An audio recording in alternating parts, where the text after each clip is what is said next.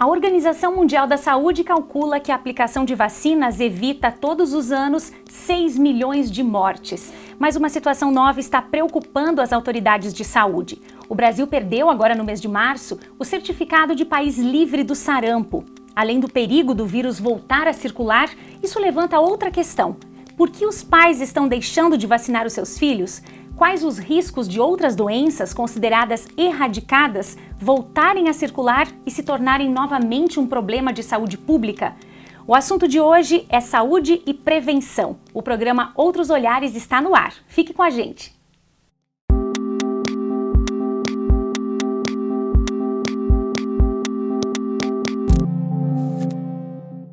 Nossa convidada de hoje é a professora Arlete Medeiros, coordenadora do curso de Medicina da UNO Chapecó e também médica infectologista. Obrigada pela presença, professora. Muito obrigada pelo convite. Que bom, vamos discutir um assunto muito sério aqui, né? Sim. Prof, por que o Brasil perdeu o certificado, então, de país livre do sarampo? O Brasil tinha recebido esse certificado porque não haviam mais casos de sarampo.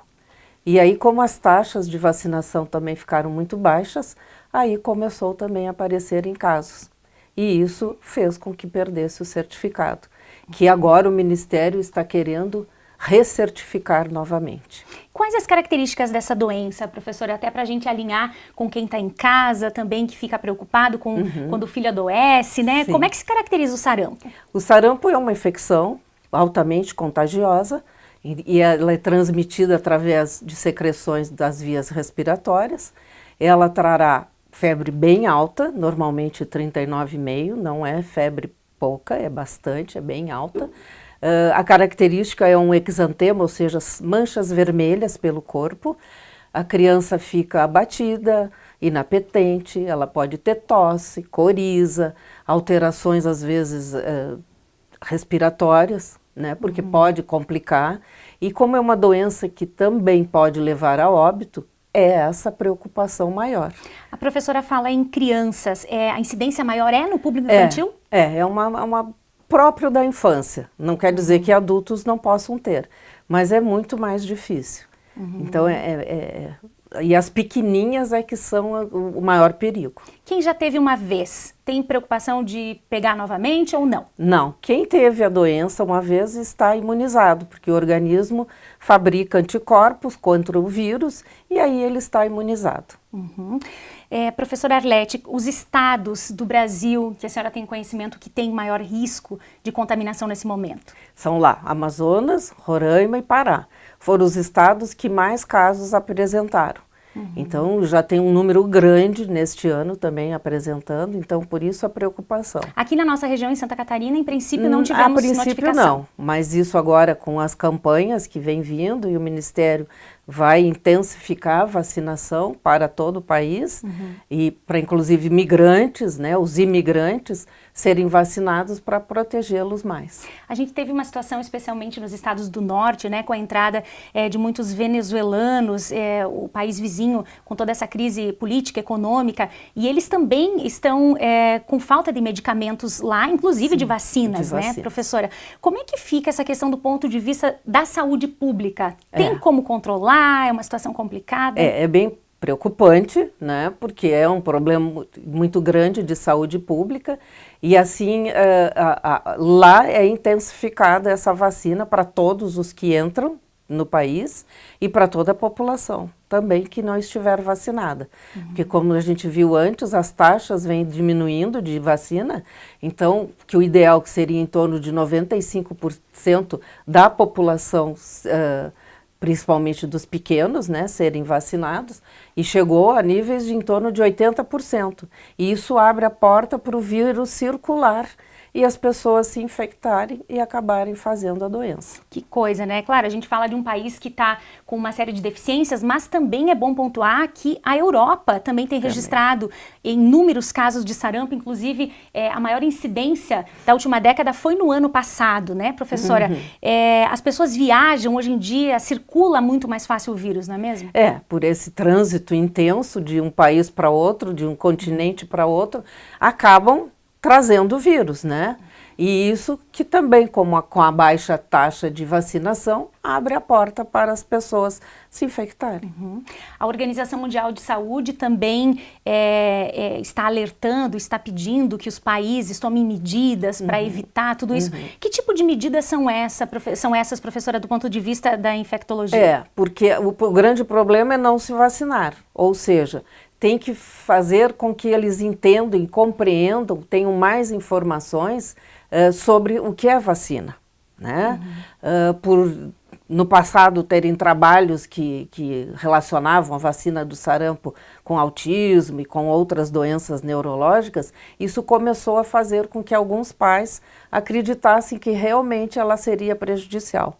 Mas os efeitos colaterais da vacina são tão pequenos que o benefício de vacinar é imensamente maior. E como é uma doença prevenível, não tem por que não vacinar. Então, muitas vezes é falta de conhecimento, de informação, às vezes falta um pouco de preocupação com que seu filho não adquira essas doenças, né? E também acho que é responsabilidade dos pais cuidarem melhor das crianças, para não terem uma doença tão séria. Pois é, professora, a gente vê esse movimento todo anti-vacina, né, de resistência por parte dos pais, isso realmente preocupa muito. Você tem percebido isso aqui na nossa região também, ou isso ainda é um fenômeno mais distante da gente? Não, a gente vê que alguns têm resistência, né? E qual o argumento dos pais que resistem? Porque vai causar ter efeitos adversos, pode trazer esses danos como o autismo, e agora o autismo tem sido falado muito ultimamente, então preocupa os pais, lógico, a gente até dá razão que se preocupe, mas a gente tem que desmistificar que realmente a vacina não é causadora disso, tem outras causas, né? E que o benefício é imenso, a gente não pode deixar uma criança correr o risco de ter alguma doença que a gente possa prevenir. Professora, também dentro desse movimento anti-vacina, as pessoas argumentam que não seria necessário o uso da vacina se a gente tivesse um bom atendimento de saúde pública, de saneamento básico, de água potável, mas a gente sabe que não é essa a realidade, né? Como o sarampo, por exemplo, é por secreção de vias respiratórias, então não é por causa de saneamento, mas tem algumas, como a hepatite A, por exemplo, sim, ela é oral fecal, né? A transmissão fecal oral, como a gente diz. Ou seja, precisa de saneamento básico, precisa de higiene, cuidado nos alimentos. Então, isso, algumas sim, mas outras não. Porque a via é diferente de transmissão. Entendi, professora. E agora, em 2018, o Brasil também registrou um decréscimo, né, uma queda no número de pessoas, de crianças vacinadas. Como é que está a cobertura vacinal nesse momento no Brasil? A senhora tem conhecimento? A gente tem noções que ficaram assim em torno de 80%. O ideal seria 95% da população infantil ser vacinada, no caso de sarampo e todas as vacinas da infância. Então, todas diminuíram. Então, aí pode-se correr o risco dessas doenças voltarem para o país todo, e outras doenças como a poliomielite é muito preocupante, porque é uma vacina que só tem 2 países hoje que tiveram 30 casos no mundo no último ano. Então, é praticamente uma doença que está sendo erradicada. Olha só, até eu tenho um dado aqui que a gente levantou, que houve uma redução de 99% dos casos de poliomielite entre 87 e 2017 no mundo todo. Ou seja, a vacina... É a prova de que a vacina realmente foi efetiva e que é uma doença prevenível e as consequências de uma poliomielite são seríssimas, né? E é um dano que traz para o resto da vida. Então, como uma vacina que tu dá, que é tão fácil, né? E tem as campanhas todo ano, estão nos postos de saúde do país todo à disposição, é só ir lá. Professora, é só ir lá. Pois é, né? E a senhora comentava conosco também em outro momento em relação ao prejuízo que as fake news ou as notícias falsas em relação aos possíveis ou os casos, problemas relacionados à vacina possam causar, mas isso tudo é um movimento que não procede, assim. Não, é que teve um artigo lá em 1998 que saiu numa renomada revista médica, científica, né? E que foi lançado esse artigo, mas ao longo do tempo eles foram verificar e realmente não tinha base científica nenhuma aquele artigo. Então eles até retiraram da revista, porque ali é que falava em autismo ou outras complicações. E isso foi crescendo, essa informação, e por falta de informações mais específicas, vai ficando no imaginário, né? E até... E repetido, e replicado até por colegas médicos. Aí é que está a preocupação. Aí piora a má notícia, a fake news. A minha pergunta também para ti, professor, é no sentido que até que ponto um pai ou uma mãe tem o direito de escolher não vacinar o seu filho, sabendo que ele vai conviver com outras crianças na escola, ele vai se relacionar, né, socialmente, e ele pode ser um transmissor dessa doença. Até que ponto o pai pode decidir isso e a mãe? A gente não pode obrigar, né? Mas existem projetos de lei que obrigariam os pais a fazerem, a comprovarem que realmente fizeram as vacinas.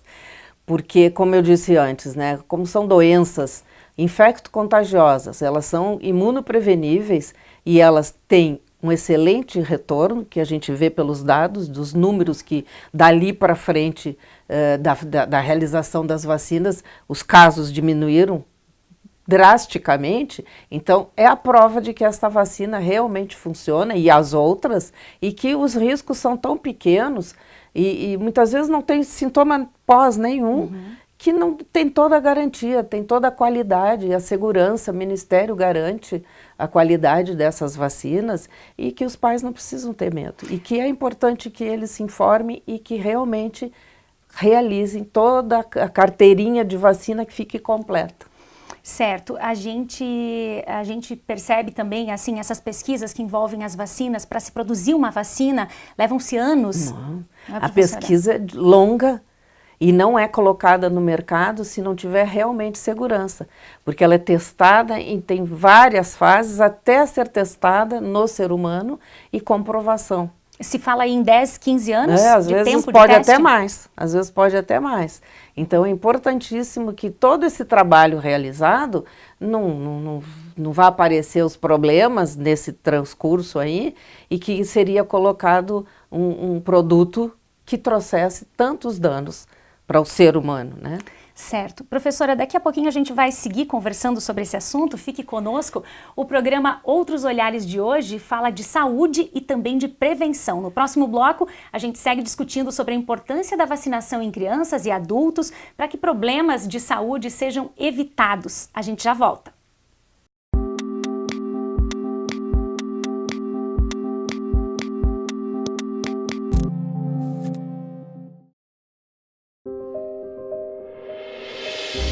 O que podemos chamar de revolução?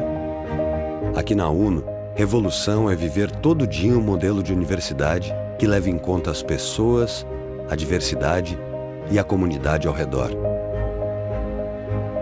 É ter orgulho de formar mais de 30 mil profissionais e ver 90% deles atuando no mercado.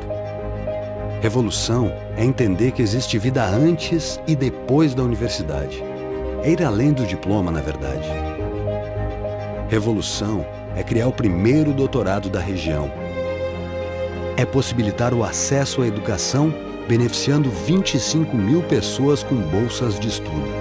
E isso ainda não é tudo, porque a revolução do conhecimento não é só um momento, é para sempre. UNO Chapecó, a comunidade do conhecimento. E aí, tudo bem? Tô aqui na UNO Chapecó para te fazer uma pergunta. Você já pensou na diferença que o diploma de uma universidade respeitada pode fazer na sua vida? Pois é, o EAD da UNO Chapecó é para você que quer transformar a sua carreira. Só na UNO você conquista um diploma que vai te dar credibilidade no trabalho. Acesse uno.edu.br/EAD e conheça os 11 cursos de graduação à distância da única universidade da região que é nota máxima no MEC. EAD UNO Chapecó. Aqui você aprende de verdade.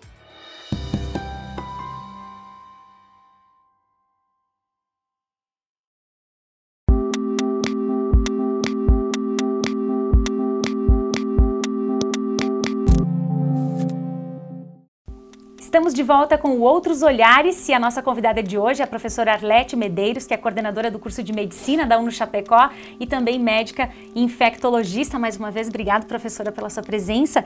A gente segue discutindo esse assunto, então, né? E eu gostaria de saber, professora, até para a gente explicar para quem está nos acompanhando em casa também, que tipo de reações uma vacina pode provocar?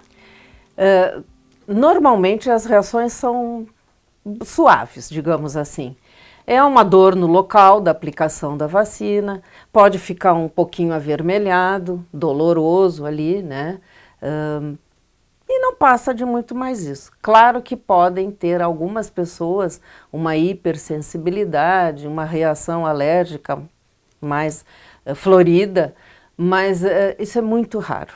Então, a maioria das vacinas é assim, fica aquele sinal da picada, por exemplo, um avermelhadinho muito suave, um pouquinho dolorido no outro dia, ou só no dia também, e passa. E passa. E existem pessoas que não desenvolvem imunidade em relação à vacina. Esse número é pequeno, professor? Normalmente é pequeno. Por exemplo, aqui nós estamos numa região endêmica de hepatite B. A gente sabe que a vacina de hepatite B ela é altamente efetiva, mas como é uma vacina de engenharia genética, ela em 5% das pessoas que realizam a vacina não respondem. Então isso a gente sabe que 95% vão responder e 5% não responde. A gente faz uma série de 3 doses, se não respondeu, se repete mais 3, se não responde, essa pessoa não vai responder nunca. Então não adianta ficar fazendo mais e mais. Então vai ter que se cuidar, porque é uma doença de transmissão sexual. Então tem que ter cuidado para sempre. Eu ia lhe perguntar, já que a nossa região é problemática em relação, em relação a essa doença, existem algumas outras formas de se contagiar também? Sim, ela basicamente é por transmissão sexual, mas por materiais contaminados, né, agulhas, seringas, podem transmitir, e por outras vias. A gente sabe que na criança, toda gestante portadora do vírus de hepatite B, a mãe vai ter que, digamos assim, ser acompanhada junto com o infectologista, por exemplo, e mais o seu obstetra, e o ginecologista, durante a gravidez, e no momento do parto é feita uma imunoglobulina e mais a primeira dose da vacina e depois completa as outras doses nas unidades de saúde. Então são 3 doses. E a gente não tem crianças portadoras, então se evita a transmissão vertical do vírus de hepatite B. Olha só, e tem casos também, professora, em que o vírus ele pode sofrer uma mutação e a pessoa que foi vacinada, mesmo assim, ela tem a doença, isso em relação a doenças como sarampo, por exemplo? Mas aí envolve outras características individuais também, porque normalmente quem é vacinado, por exemplo, o sarampo, ele vai ter uma imunidade para sempre. Então, algumas alterações no seu organismo, na sua imunidade, ou se entrar um outro vírus com alterações genéticas dele, poderá sim. Mas são situações muito específicas, mas é muito específico, exceção. E aquele que fez a doença também estará, digamos, fez o sarampo quando criança, ele também estará protegido para o resto da vida, não tem que se vacinar. Menos mal, né? Menos que mal. Bom. Como a professora Arlete também é infectologista e atuou muitos anos na área pública, né, de saúde pública. Professora, como é que você percebeu a aceitação da vacina do HPV, que começou lá em 2014, né? A gente já tem aí 5 anos, mais ou menos, de vacinação. Como é que foi a aceitação? Olha, quando foi lançado, isso foi primeiro para as meninas, depois que veio para os meninos, mas muitos casos assim fizeram a primeira dose e se esqueceram de repetir. Lá no início tinham 3 doses, depois se viu que poderiam ser feitas só 2 doses. E nos dados epidemiológicos se vê que realmente a quantidade de primeira dose é bem maior do que segunda. Agora, se não tiver as 2 doses, não estarão protegidos. E o HPV é um outro vírus e que ele pode trazer seríssimos problemas como câncer de colo de útero e de pênis no homem, né? Então, por isso que é ofertada a vacina na adolescência. Aquela cultura de que, tá fazendo vacina porque tu tá estimulando a terem relações, não é essa o foco da vacina. É te prevenir que tu adquira o vírus e que mais tarde desenvolva câncer, que aí é muito mais complicado. Então é uma proteção também, e por isso que tem que ser informada a população e essas adolescentes tem que ser feito. Então teve uma época que a campanha foi nas escolas, levaram as vacinas nas escolas para realizar nos adolescentes, que começa ali pelos 9 anos, né, a vacina. Então término da infância entrando na adolescência. Mas o fato das pessoas não fazerem a segunda dose deve ter sido por esquecimento? É porque também houveram notícias fakes sobre a vacina e por essa cultura de que estariam estimulando a terem relações sexuais na criança, que não é objetivo, é um absurdo. Então tem que desmistificar isso aí, para realmente eles terem o acesso à vacina, serem protegidos e lá mais adiante não terem nenhum caso de câncer de colo de útero, que é muito alto, e câncer de pênis no homem. Olha só, sabendo que é possível, né? Tendo a consciência aí que é possível evitar. Agora, professora, a gente fala muito no esquema vacinal para crianças, né? Bebezinhos até 5 anos de idade, mas a gente sabe que há vacinas que precisam ser aplicadas ao longo da vida também, os adultos também precisam. Você pode nos atualizar aqui como é que funciona? Porque a carteira da criança já é rotina, sai do berçário com aquela carteirinha, vai nos postos de saúde e de tempos em tempos já é anotado quando deve voltar e fazer as próximas, né? Mas o adulto esquece. A vacina do tétano, por exemplo, começa lá quando pequenininho, vai repetir em torno de 4 anos e depois é de 10 em 10 ao longo da vida. E como 10 anos é um período longo, as pessoas esquecem. E como é uma doença prevenível e o tétano também mata e não se justifica hoje morrer de tétano, tendo uma vacina de longo período efetivo e que se pode evitar. E principalmente pessoas que trabalham na agricultura, o contato com a terra, ali os ferimentos podem ocorrer e entrar em contato com o bacilo tetânico. Então o adulto precisa ter mais atenção ainda do que a criança, na verdade, né? Porque daí pai e mãe cuida, né? Agora o adulto se descuida. E aí o idoso também tem as vacinas para o idoso, agora começou a vacina da gripe, que é importante, a gente sabe que realmente diminuíram muito as complicações de uma gripe, e muitos óbitos foram evitados ao longo de todos esses anos da vacina da influenza. Então, a campanha está aí. Então, para irem se vacinar. Que bom, ficou o apelo. Em relação à febre amarela, o adulto também precisa replicar a vacina ao longo da vida? Era um tempo atrás, também, que nem o tétano, era para fazer de 10 em 10 anos.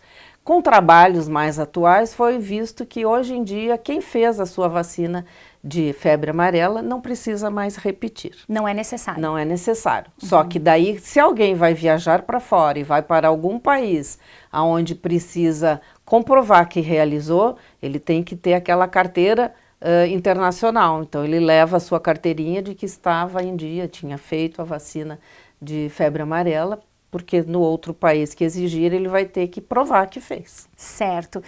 Professora Arlete, você consegue nos explicar como que a vacina ela age no sistema imunológico da pessoa? Ela é o soldadinho lá, como a gente explica para a criança, que vai defender? Para ficar mais fácil é isso. Então, assim, são usados vírus vivos ou vírus atenuados ou mortos, e isso é preparado. E são antígenos, né, que são inseridos no nosso organismo e que vão fazer com que o nosso sistema imunológico reaja, fabrique células que a gente chama de anticorpos, que vão nos proteger contra aquela específica. Quando ela se apresentar. Quando ela se apresentar, tu já terá soldados para te proteger. Aí tu não vais fazer a doença. Certo. Pensando um pouquinho também, olhando para trás, aí até na Primeira Guerra Mundial, aí as pessoas morriam muito por doenças infecciosas, né, professora? Depois teve todo esse avanço, a industrialização, as pessoas acabaram... hoje se morre muito mais por doenças crônicas, nesse sentido, né? Houve uma evolução, uma mudança no perfil das mortes ou do que ocasiona as mortes, né? A medicina, ela também teve que se adaptar ao longo desse tempo. né? Sim, e com o avanço da ciência, o conhecimento, estudos, pesquisas, cada vez mais foi conhecendo, né? E aí se preparando como resolver aquelas doenças, digamos assim. E aí vieram as vacinas, vieram os antibióticos, que melhorou muito, porque antes a expectativa de vida era o quê? 30, 40 anos. Hoje nós temos perspectiva na região sul, é a mais alta do país, 70 e poucos anos. Olha só, se então fala evoluiu muito, né? Mas aí quando a gente fala, essa é a questão, quando a gente fala em uma volta de doenças infecciosas que existiam lá há 100 anos atrás, né, há muitas décadas atrás, né? aí você está falando que você vai ter que formar os novos médicos aí para doenças que até então não existiam mais. É um pouco confuso isso, né? Por quê? Porque abriram a porta de não manter essa prevenção. Porque a prevenção ela é importantíssima. Então, a gente tem resultados efetivos, tiveram esses dados aí, estão para o mundo todo, né? Viu que após vacina se teve resultado, se evitou essas doenças que a gente chama de imunopreveníveis. E hoje não usar essa arma que é poderosa, que é segura, que realmente trouxe resultados, é preocupante, é muito preocupante, é um problema de saúde pública muito grande. Tanto que o Ministério está lançando a campanha de novo, né, para orientar a população, certo. A Organização Mundial de Saúde também, e a OPAS, que é da Organização Pan-Americana de Saúde, também a semana de prevenção para vacinas, para incentivar a vacinação e que as pessoas vão às unidades de saúde que estão lá, né, no período de abertura que eles estão recebendo a população e estão lá com as vacinas. Para conferir também. Agora, professora, tem alguma dica que a gente possa passar para os pais? Porque assim, a gente tem a carteirinha de vacinação do filho e você olha lá e fica em dúvida às vezes, será que todas estão preenchidas, está tudo vacinado, está tudo certinho? Tem alguma dica assim para orientar? Quando vai na unidade de saúde, o profissional que aplica a vacina, ele vai registrar com caneta. A próxima ele vai registrar com lápis, ou a lápis. Certo. Então, já te põe ali a data quando deve retornar. Então, por isso que tem que estar acompanhando a carteirinha para lembrar, daqui a um mês, daqui a 2, daqui a 1 ano, daqui a 10 anos, retornar, porque eles escrevem a lápis. Então, ali é para te saber, eu tenho que voltar nessa época. Certo. Muito bom, então, professora. Quero te agradecer aqui pela sua participação no programa, pelos esclarecimentos aqui a respeito das vacinas. E a gente espera que as fake news se acalmem e não causem tanto prejuízo para a saúde pública, né, professora? Não, realmente, e as consequências são muito danosas, né? E a vacina resolvendo, a gente evita todas essas doenças. Claro que tem outras que não são por vacinas, mas as que têm vacina à disposição tem que ser feita e realmente elas não precisam ter medo, pode fazer, elas não vão dar muitas reações e qualquer reação tem que ser notificado para a vigilância epidemiológica, que daí a equipe vai lá, avalia e vê se tem alguma consequência maior ou não, porque essa pessoa será acompanhada. Então ela não ficará desprotegida se algum advento adverso assim for mais florido. Né? Então, ela tem toda a assistência da saúde. E para que se possa fazer um acompanhamento também dessa vacina. Realmente. Né? Professora, muito obrigada mais uma vez pela sua participação e a gente espera recebê-la outras vezes aqui. Eu também agradeço e espero que tenha contribuído com as informações e que realmente os pais acorram aos postos de saúde e vacinem seus pequeninhos. Os grandes também. Com certeza. Obrigada, então, professora. O Outros Olhares de hoje falou sobre saúde pública e a importância da vacinação. Você que tem filho ou criança pequena na família, certifique-se de que eles receberam aí as doses previstas no calendário do Ministério da Saúde e os adultos também precisam fazer reforços ao longo da vida, como a professora Arlete aqui orientou. Obrigada pela sua companhia e na próxima terça às 18 tem Outros Olhares inédito. Até lá!